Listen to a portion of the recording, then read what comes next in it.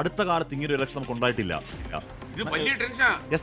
എനിക്ക് കിടന്നിട്ട് ഉറങ്ങും. ഞാൻ ഇന്ന പാചകം ടിക്കറിയുന്നത് എന്റെ പൊന്നെ സത്യം ഉറക്കം വരുന്നില്ല.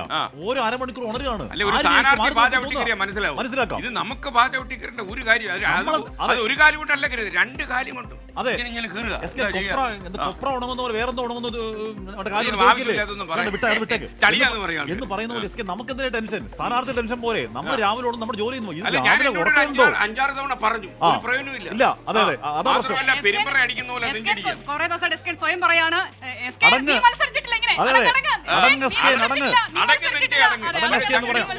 അത് മാത്രമല്ല, എനിക്ക് തോന്നുന്നത് കേരളം കണ്ട ഏറ്റവും വലിയ വാശിയേറിയ തെരഞ്ഞെടുപ്പാണ് കടന്നു പോയിരിക്കുന്നത്. അതുകൊണ്ട് തന്നെ ഇതിന്റെ സംപ്രേഷണത്തിൽ നമുക്ക് വാശിയുണ്ട്.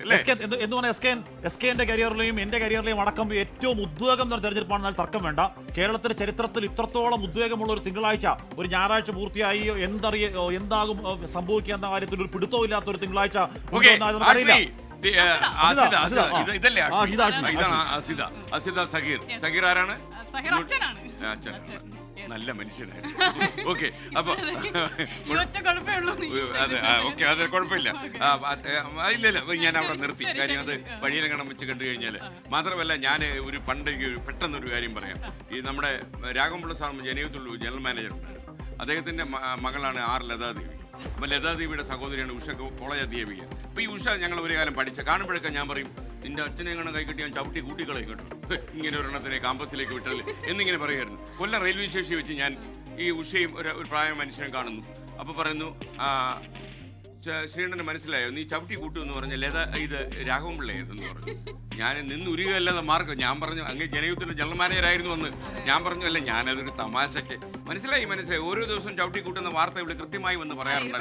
അതുകൊണ്ടാണ് ഞാനത് പറയാത്തത്. ഓക്കെ, അത് നാട് വളരെ അടുത്താണ്. നെല്ലുണങ്ങുന്നതിലൂടെ കുറിഞ്ഞാത്തരത്തിനെ ഉണങ്ങുന്ന ചോദിക്കുന്നുണ്ട്. അങ്ങനെ പറയുന്നുണ്ട്. കൊപ്ര ഉണങ്ങുന്നതിലൂടെ പിണ്ണാക്കുണങ്ങുന്ന കാര്യമുണ്ടോ ചോദിക്കുന്നുണ്ട്. എന്തായാലും നമ്മൾ ഉണങ്ങുക. എന്ന് പറഞ്ഞാൽ ഇതാ സമയം 7:25 മിനിറ്റാണ്. ഇനി ആകെയുള്ളത് 35 മിനിറ്റ് മാത്രമേ ഉള്ളൂ. ഓരോ മിനിറ്റ് കഴിയുന്നതോറും കാൽവിരലിൽ നിന്നും എന്തോ ഒരു പറയാൻ കഴിയാത്ത വികാരം ഇങ്ങനെ എരിപൊരി സഞ്ചാരം കയറി മുന്നോട്ട് വരികയാണ്. ആകെ ഒരു ജഗവക, ആകെ ഒരു കിടിലങ്കൊള്ള. ഞെട്ടരുത്, ഹാഷ്മിക്ക് പ്രസവിക്കാൻ പോകുന്നുള്ളൊരു ഫീലിംഗാണ്. അല്ല, അങ്ങനെയാണ് ഫീലിംഗ് വരുന്നത്. നമുക്ക് ആ ഫീലിംഗിനെ കുറച്ച് കാണിക്കാൻ പറ്റാത്തതുകൊണ്ടാണ് ഞാൻ അത്രയും എക്സ്ട്രീമായിട്ടുള്ള ഒരു വാക്ക് ഉപയോഗിച്ചത്. അസിത ഞെട്ടണ്ട, അതിനെ കുറിച്ച് കൂടുതൽ വിശദീകരിക്കാനും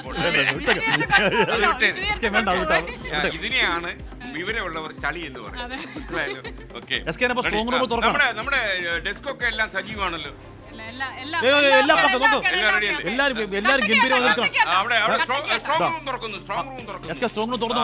ആദ്യം തുറന്നു വയനാടാണ്. വയനാട് കാളിദാസൻ ദേവസ്വം പറയുന്നത് ഇത് ഏതോ ഒരു സ്ഥലത്താണ്.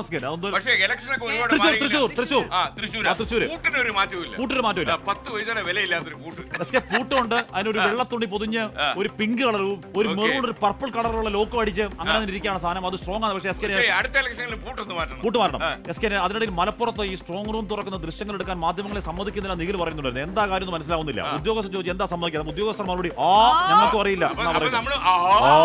അതാണ് നമ്മളെ ഒരു കാരണവശാലും നിങ്ങൾ ഇലക്ഷൻ കമ്മീഷൻ എന്നാക്കാൻ പാടില്ല. അത് മോശമാണ്. ഇലക്ഷൻ കമ്മീഷൻ അറിയാമായിരിക്കും, പക്ഷേ എസ് പിക്കോ ഡിവൈഎസ്പിക്കോ ഒന്നും അറിയില്ല. കളക്ടറോട് ചോദിക്കാൻ പറഞ്ഞു, കളക്ടർക്കും അറിയില്ല. ആകെ മൊത്തത്തിൽ എന്തുകൊണ്ട് അവിടുത്തെ സ്ട്രോങ് റൂമിൽ തുറക്കുന്ന ദൃശ്യങ്ങൾ എടുക്കാൻ സമ്മതിക്കില്ല, ബട്ട് വൈ എന്ന് ആരും പറയുന്നില്ല. നമ്മുടെ ഡെസ്കിൽ തിരക്കൊന്ന് കാണിക്കാം. നമ്മുടെ ഡൽഹിയിൽ നിന്ന് വിനീതയൊക്കെ എത്തിയിട്ടുണ്ടോ? ഹെലികോപ്റ്റർ വിനീത, ബൽറാം, എല്ലാവരും. വിനീത, ബൽറാമിന് സുഖം തന്നെയല്ലേ? ബൽറാം ബാക്കിയുണ്ട്. അവിടെ ഉണ്ടോ? ബൽറാം ഉണ്ടെങ്കിൽ പിന്നെ നമുക്ക് എന്തോ പ്രശ്നം. എല്ലാ സംസ്ഥാനങ്ങളിലൊക്കെ കവർ ചെയ്ത ആളല്ലേ. അപ്പൊ നമുക്കൊരു കാര്യം, അപ്പൊ നമ്മുടെ ഡെസ്ക് മാത്രമല്ല, നമ്മുടെ PCR, നമ്മുടെ സാറ്റലൈറ്റ് അപ്ലിംഗ് സെന്റർ എല്ലാം സജീവമാണ്.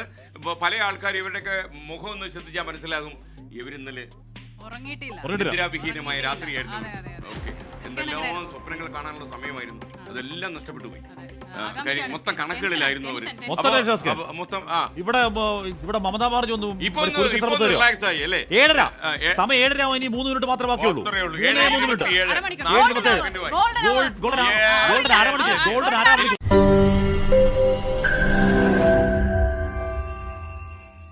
ലോകത്തെവിടെയായാലും ഏത് സമയത്തും 24 വാർത്തകളും ഓഗ്മെന്റഡ് റിയാലിറ്റി പാക്കേജുകളും എക്സ്പ്ലെയിനറുകളും വിശദമായി കാണാൻ ഞങ്ങളുടെ യൂട്യൂബ് ചാനൽ നിങ്ങൾക്ക് സബ്സ്ക്രൈബ് ചെയ്യാം.